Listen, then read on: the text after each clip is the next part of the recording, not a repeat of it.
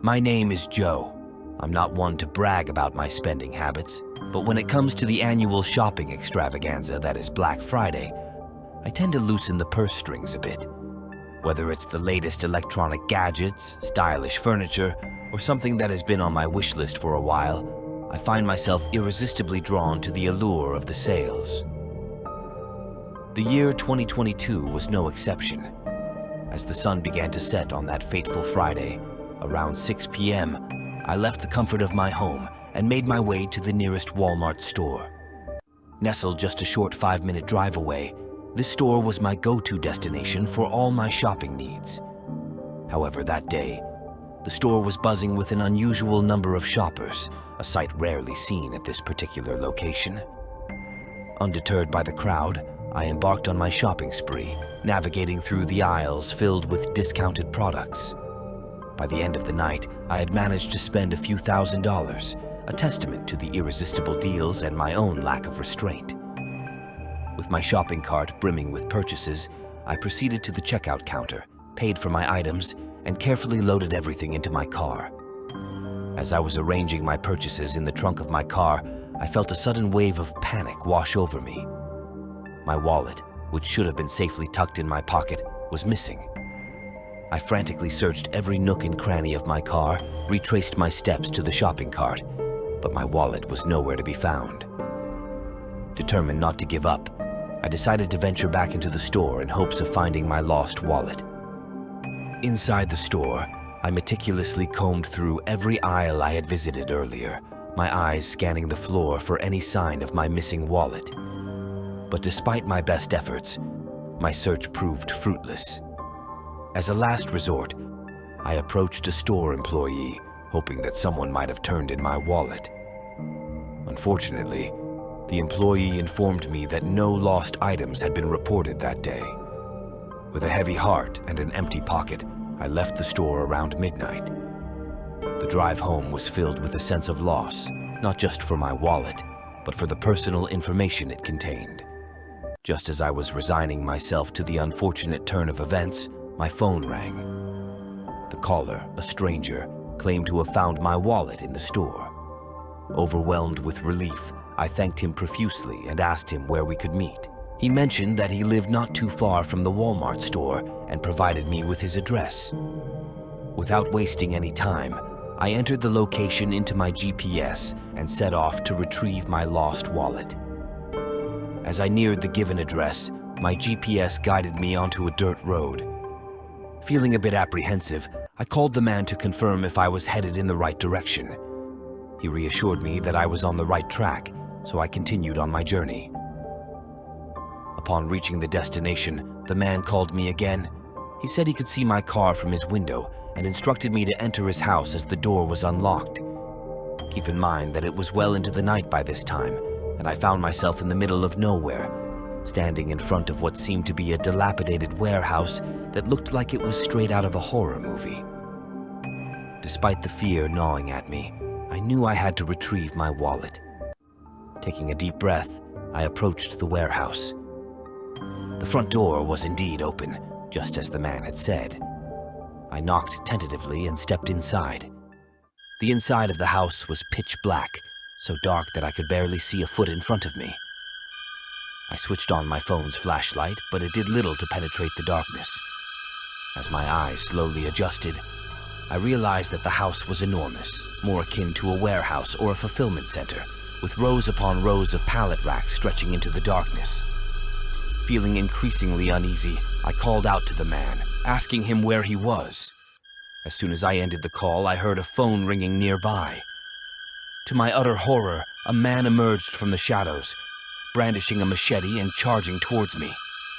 Acting on pure instinct, I turned on my heels and sprinted towards the door. I managed to slam it shut behind me just as the man reached it. I scrambled into my car, locked the doors, and with the man still in pursuit, I floored the gas pedal and sped away from the terrifying scene. I drove straight home, constantly checking my rearview mirror to ensure I wasn't being followed. Once home, I parked my car inside the garage and locked it securely. Exhausted and shaken from the night's ordeal, I went to bed around 2 a.m., still without my wallet. The next morning, I woke up early, still reeling from the previous night's events. After a quick shower, I prepared breakfast and headed out to my pickup truck, ready to start another day of work. As I approached my truck, I noticed something lying on the ground near my front door. It was my wallet. The realization hit me like a ton of bricks. The man from the house must have followed me home. Even though I hadn't seen him, he had somehow managed to return my wallet without me noticing. To this day, I still don't know who that man was, or if he really lived in that house. All I know is that Black Friday of 2022 was one I will never forget. I can still vividly recall the bustling atmosphere of that memorable Black Friday night, where the jewelry store was a hive of activity, buzzing with the anticipation of shoppers eager for extraordinary deals. The displays sparkled with elegance, drawing in a frenzied crowd seeking the pinnacle of luxury and savings. Amidst this rush, I, a 21-year-old woman, found myself amidst the whirlwind, endeavoring to cater to the demands of the enthusiastic clientele. In the midst of the chaos, a man, approximately 43 years old, suddenly appeared before the display case, his focus squarely on a delicate bracelet nestled among the gleaming gems. He started firing questions about the intricate details of the piece, his curiosity seemingly piqued by its design and craftsmanship. However, as our conversation progressed, I sensed a subtle shift, a transition from his fascination with the bracelet to a more inquisitive interest in me. Initially imperceptible, his inquiries slowly veered towards personal aspects, mingled within discussions about the jewelry.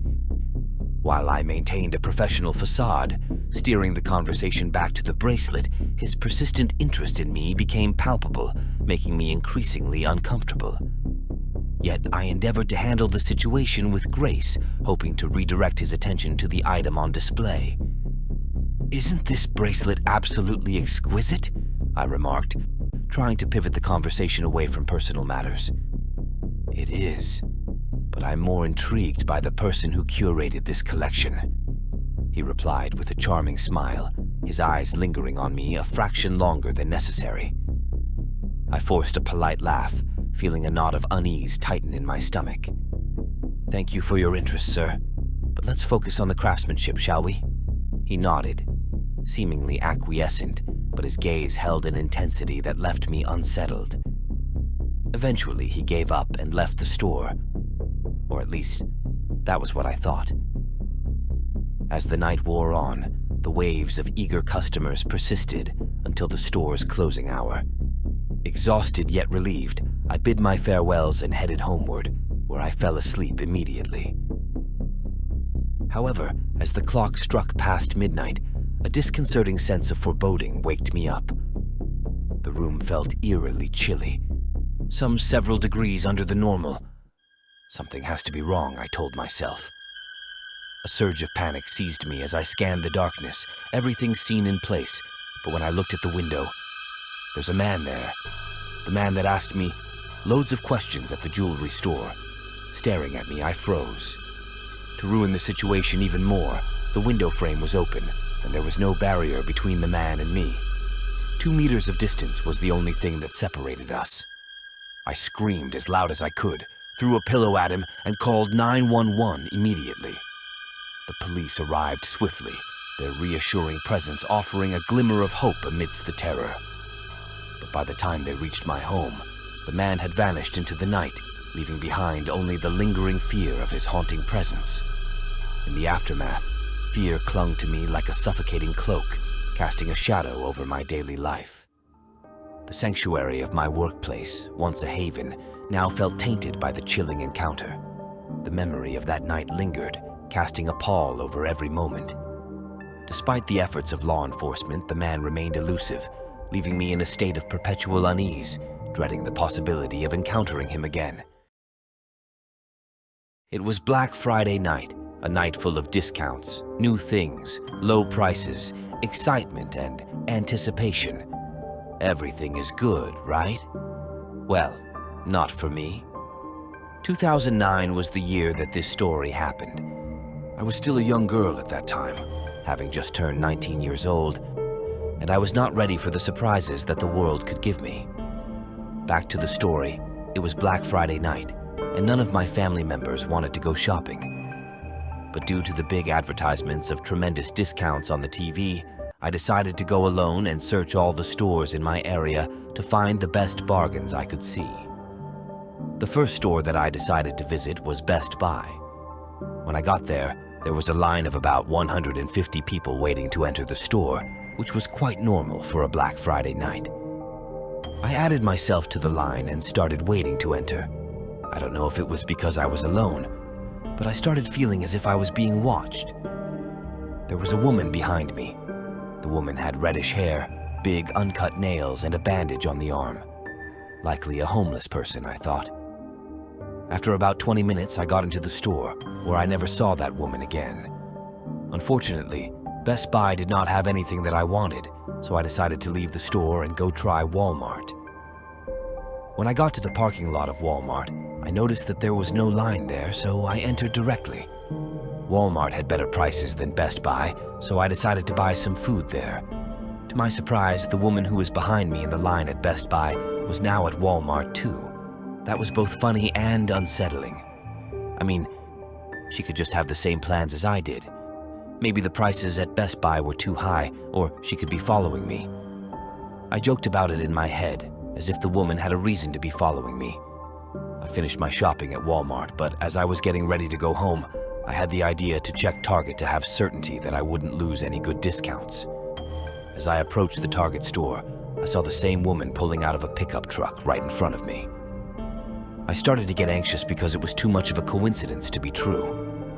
I sped into the store in hopes of not confronting this woman, but everywhere I looked, there she was. I knew that she was following me, observing my every move. Unsettled about this situation, I decided to go home. I got out of the store fast and got in my car, praying to never see that creepy woman ever again. But as I left the parking lot, I looked at the rear-view mirror, and there it was, the pickup truck that the woman had gotten out of minutes ago. I wanted to go home, but if I did, she would know where I live. Also, I couldn't stop either, because then she would approach me. For context, I'm a 5 feet tall girl, so there was no chance I would stop to see what she would do. Whenever I turned, she turned. I turned left, she turned left. I turned right, she also turned right. I was being followed. I felt like I was trapped in a nightmare. After 10 long minutes of this, I saw a police station, and I had the idea of parking right in front of it, just so the woman would stop following me. I parked outside, but to my disbelief, she parked right beside me. I started running inside, and then started hearing footsteps behind me. She was chasing me. I started screaming, asking for help, until finally, I reached inside. I entered, and there were already 2 armed cops running to me, pointing their weapons at the woman. She kept chasing me even though I was already inside, so the cops had to tase her. She got handcuffed and got frisked by the officers. They found a knife right in her back pocket. I filed a report against her, and she is now waiting to be prosecuted.